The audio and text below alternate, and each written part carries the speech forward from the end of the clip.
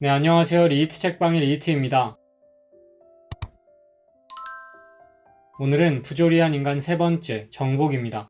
알베르 까미는 이 장을 이렇게 시작합니다. 정복자는 말한다. 그렇지 않다. 내가 행동을 좋아하기 위해서 생각하는 것을 잊어버릴 수밖에 없었다고 믿지는 말라. 오히려 그 반대로 나는 내가 믿는 것이 무엇인지 완전하게 정의할 수 있다. 왜냐하면 나는 그것을 굳게 믿고 있거니와 확실하고 명확하게 보고 있으니까 말이다. 이건 내가 너무나 잘 아는 것이어서 말로 표현할 수 없다라고 말하는 자를 경계하라. 그들이 표현하지 못한다면 그것은 알지 못하기 때문이고, 그게 아니라면 게을러서 겉만 보고 말았기 때문이다. 부조리의 자유에서 알베르 까미는 내 손에 만져지는 것, 나에게 저항해오는 것, 이것이 바로 내가 이해하는 것이다 라고 말했었습니다. 이 정복자가 말하는 것과 같은 이야기죠. 왜냐하면 육체는 확실하고 명확하게 볼 수 있기 때문입니다. 그러므로 단 하나의 진리라도 명백한 것이 있다면 그것은 삶의 지표로 삼기에 충분하겠죠. 이러한 이유로 알베르 까미 자신도 형이상학적인 것이 아니라 육체적인 것으로 명백하게 경험한 인간, 즉 개인에 대해 무엇인가 할 말이 있다고 말합니다. 그는 지금까지 사람들이 했던 인간에 대한 판단의 근거는 작은 경험에 있다고 말합니다. 그들은 전해져 내려오는 아름다운 이론을 인간에게 덮어 씌웠다는 거죠. 그들의 지성은 철학자들이 향수에 젖어 파괴된 세계를 통일성으로 환원했듯 확인해야 할 것이 무엇인지를 미리부터 예감했던 겁니다. 그래서 알베르 까미는 1, 2차 세계대전이 발발하기 이전 사람들은 아직 영원함을 믿었기 때문에 사회의 덕목과 개인의 덕목을 비교할 수 있었고, 또 어느 편이 다른 편에 봉사하도록 되어 있는 건지 탐구할 수 있었다고 말하죠. 즉, 인간은 봉사하기 위해 태어났는가 아니면 봉사받기 위해 태어났는가에 대한 판단을 했다는 겁니다. 왜냐하면 그때는 사회도 개인도 아직 그들의 수완을 완전히 발휘하지 않은 상태였기 때문이었죠. 그렇기에 당시에는 피비린내 나는 전쟁 와중에도 네덜란드 화가들의 걸작을 보고 감탄할 수 있었고, 또 다른 끔찍한 전쟁 중에도 신비주의자들의 기도문을 읽고 감동할 수 있었습니다. 그러나 알베르 까미가 살아가는 시대는 완전히 다릅니다. 왜냐하면 그의 시대는 성인까지도 징집, 동원되는 시대이기 때문이었죠. 영혼을 가졌다고 여겨진 사람들이 전쟁터에 나가서 무더기로 죽어가는 걸 본 사람은 더 이상 인간이 영혼을 가지고 있다는 사실을 믿을 수 없을 겁니다. 그래서 알베르 까미는 참호 속에서 하나의 형상이 유산될 때마다, 칼날 밑에서 은유 혹은 기도문 같은 하나의 윤곽이 난도질 당할 때마다 영혼은 승부에서 한 게임씩 패배하는 것이라고 말하죠. 알베르 까미는 여기에서 영혼을 믿는 것보다 자신의 손에 만져지고 자신에게 저항하는 것을 믿기로 결심합니다. 그래서 알베르 까미 자신은 확실한 것들을 사랑하기 때문에 역사와 영혼 두 가지 중에서 역사 쪽을 선택했다고 말하죠. 왜냐하면 그를 짓누르는 이 힘의 존재는 결코 부정될 수 없기 때문입니다. 알베르 까미는 인간이 살아가면서 관조와 행동 중 어느 하나를 선택해야 하는 순간이 찾아온다고 말하죠. 이러한 분열은 인간을 고통스럽게 합니다. 그러나 까미는 인간이 된다는 것 자체가 분열의 고통이라고 말하죠. 인간의 삶은 이렇게 두 가지로 분열되어 있고 그 중 하나를 반드시 선택해야 합니다. 물론 인간은 이 두 가지 선택지 중에서 영혼을 선택해 그것을 믿을 수 있습니다. 그러나 알베르 까미는 영혼과 시간 중 시간을, 육체와 영혼 중 육체를, 관조와 행동 중 행동을 택하죠. 만약 영혼이 있다면 저 무더기로 죽어간 사람들은 어떻게 되는 걸까요? 만약 영혼이 있다고 주장한다면 그들의 영혼이 지옥에 떨어지는 것을 동의하는 것과 마찬가지입니다. 그렇게 알베르 까미는 그들 전체가 구원되든가 아니면 구원이란 것이 없든가 하는 원리를 내세우죠. 이를 가리켜 동의라고 한다. 그러나 나는 이 말을 혐오한다. 나는 전체 아니면 물을 원한다. 알베르 까미는 자신에게 관조를 알지 못한다고 말하지 말라고 주장합니다. 그러니까 자신은 관조를, 영혼을 알고 있다는 거죠. 그러나 이것을 안다 하더라도 이러한 관조가 자신에게 모든 것을 줄 수 없고, 또 이것으로 영혼을 가질 수 없기 때문에 시간과 한편이 되었다고 말합니다. 그는 철학자들과 같이 향수도 원한도 고려하지 않고 오직 명확하게 보고자 할 따름이라고 말하죠. 세계는 영혼이라는 이름으로 인간을 의무로 짓누릅니다. 그러나 알베르 까미는 만약 그가 죽음과 마주하게 된다면 그는 모든 의무에서 벗어나 알베르 까미가 말했던 자유를 느끼게 될 것이라고 말하죠. 그리고 죽음과 마주한 그는 이방인의 메르소처럼 하늘나라가 아닌 이 땅에서 자신의 자유를 만끽할 수 있게 될 겁니다. 개인을 짓뭉개는 것은 세계이고 그를 해방시키는 것은 나다. 나는 그에게 그의 모든 권리를 제공한다.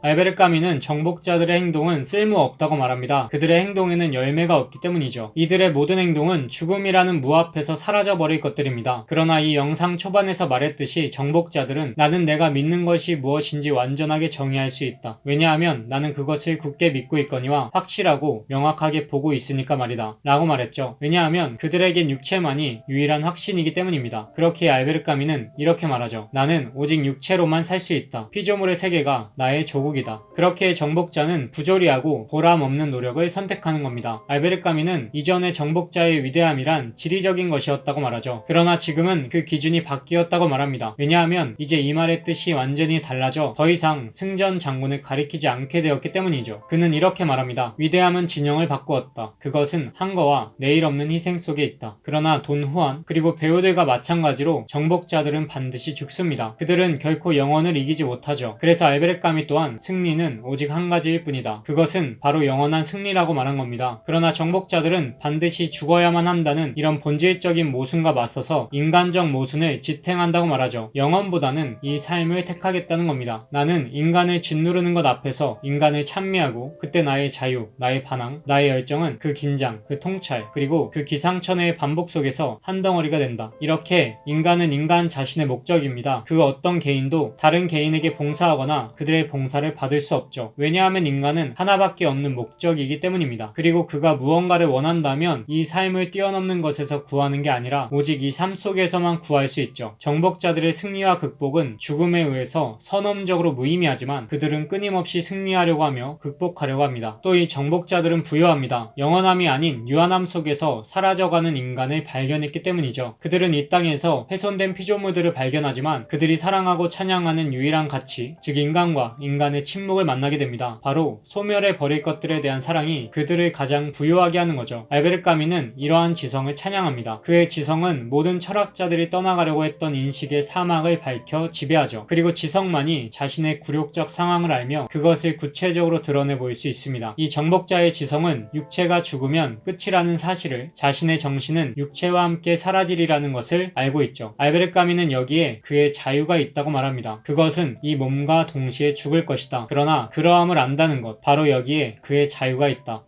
교회가 돈 후안과 배우를 용납할 수 없었던 것처럼 정복자도 교회에게 인정받지 못합니다. 모든 교회는 영원으로 인도하겠다고 말하지만 정복자들은 관념이나 영원 따위와는 아무런 관련이 없다고 말하기 때문이죠. 왜냐하면 정복자들의 진리는 손으로 만질 수 있는 것들이기 때문입니다. 또 정복자는 자신이 이루어 놓은 것 또한 영원하지 않다는 걸 압니다. 그는 반드시 죽을 것이기 때문에 그의 독트린마저 영속하지 못하죠. 그러나 까뮈는 이러한 죽음마저 인간이 정복해야 할 대상이라고 말합니다. 왜냐하면 삶을 사랑하는 우리를 삶으로부터 분리시키는 것이 죽음이니까요. 그는 죽음이 극도의 월권이라고 말합니다. 페스트로 인적이 끊어지고 베네치아군에 포위당한 파도바시에서 갇힌 몸이 된 최후의 카라라인은 황량한 궁전의 이방 저방을 아우성치며 돌아다녔다. 그는 악마를 부르며 그에게 죽음을 달라고 청했다. 그것은 바로 죽음을 극복하는 하나의 방법이었다. 죽음이 영광을 누린다고 믿는 장소들을 그토록 끔찍한 곳으로 만들었다는 것 또한 서구 특유의 용기의 표시다. 반항인의 세계에서 죽음은 불의를 선동한다. 죽음은 극도의 월권인 것이다. 알베르 까뮈는 영원을 택한 이들과 정복자들의 무덤을 대비시킵니다. 영원을 택한 사람들의 무덤은 꽃들과 새들의 에워싸인 채 미소 짓고 있죠. 반대로 정복자의 무덤은 검은 새로 된 무덤 장식이나 이름 없는 구덩이로 되어 있습니다. 정복자들은 죽음이라는 피할 수 없는 운명 앞에 서 있습니다. 그리고 그들은 이 운명에 도전하죠. 이것은 그들이 결코 오만해서가 아니라 오히려 가망 없는 우리의 조건을 뚜렷이 의식하기 때문입니다. 이 운명에 맞서는 자들은 가끔 자신에 대해 연민을 느끼기도 하죠. 결코 승리할 수 없는 싸움이니까요. 그러나 까뮈는 이러한 연민, 즉 그다지 사내답지 못하다고 여겨질 감정은 우리가 받아들일 수 있을 유일한 동정이라고 말합니다. 그러나 이러한 것을 느끼는 사람은 가장 대담한 사람들이죠. 그들은 영원히 있을지 없을지 결코 알지 못하면서 있다고 여기는 사람들보다 통찰력이 있습니다. 우리는 통찰과 거리가 있는 힘은 원치 않는다. 알베르 까뮈는 부조리한 인간에서 언급했던 돈 후안, 배우, 정복자의 이미지는 윤리 도덕이 아니며 판단을 강요하지 않는다고 말합니다. 다시 말해서 이들과 똑같이 살라는 말이 아니라는 거죠. 이것은 단지 하나의 스케치일 뿐입니다. 돈 후안, 배우, 정복자는 단지 어떤 삶의 스타일을 보여줄 따름이지 꼭 이들과 같이 살라는 말이 아니죠. 평범한 사람들은 온갖 형태의 비약, 신 또는 영혼으로 빠져들기, 일상적인 것 또는 관념의 환상들에 자신을 맡깁니다. 그러나 까뮈는 이런 모든 것이 삶을 가리는 하나의 병풍이라고 말하죠. 그러나 알베르 까뮈는 돈 후안, 배우, 정복자는 병풍이 없는 관리들이라고 표현하고 또 자신이 생각하기에 가장 극단적인 경우의 사람들이라고 말합니다. 까뮈는 이들에게 왕권을 부여한다고 말하죠. 왜냐하면 영혼을 버리고 이 세상만을 끌어안는다면 이 세상에서는 자유를 누릴 수 있는 왕이 되기 때문입니다. 그러나 까뮈는 이들을 왕국이 없는 왕자들이라고 말하죠. 그러나 이들은 다른 사람들에 비해 모든 왕권이 환상임을 안다는 장점이 있습니다. 까뮈는 자신의 자신들이 왕국 없는 왕자임을 아는 것이 이들의 위대함이라고 말하죠. 즉 그들은 알고 있다. 바로 이것이 그들의 위대함이다. 그러므로 그들에 대해 눈에 보이지 않는 불행이니 환멸의 죄니 하는 말을 하는 것은 부질없다. 그러므로 지상의 불꽃들은 천상의 향기와 대등한 가치가 있습니다. 삶은 영원과 견줄 수 있다는 거죠. 그리고 만약 지혜롭다는 말이 자신이 갖지 않은 것에 대한 생각에 빠져드는 것이 아니라 자신이 가진 것으로 살아가는 인간에 적용된다면 이들이야말로 지혜로운 사람이라고 할 수 있습니다. 그들, 즉 돈후안, 배우, 정복자들은 이렇게 말하죠. 사람이 양같은 유순함을 완벽에 이를 만큼 가꾸어 왔다고 해서 지상에서나 하늘에서나 그 어떤 특권을 누릴 자격이 되는 것은 결코 아니다. 아무리 그래봐야 여전히 뿌리 난 우스꽝스러운 어린 양일 뿐이다. 설령 허영에 들뜨지 않고 심판관 같은 태도로 인하여 추문을 일으키는 일이 없다는 것을 인정한다 할지라도 말이다. 그러나 까미는 이 부조리한 인물 중 가장 부조리한 인물이 있다고 말합니다. 그런데 나는 아직 그런 인물들 중에서도 가장 부조리한 인물, 즉 창조자에 대해 아직 언급하지 않았다.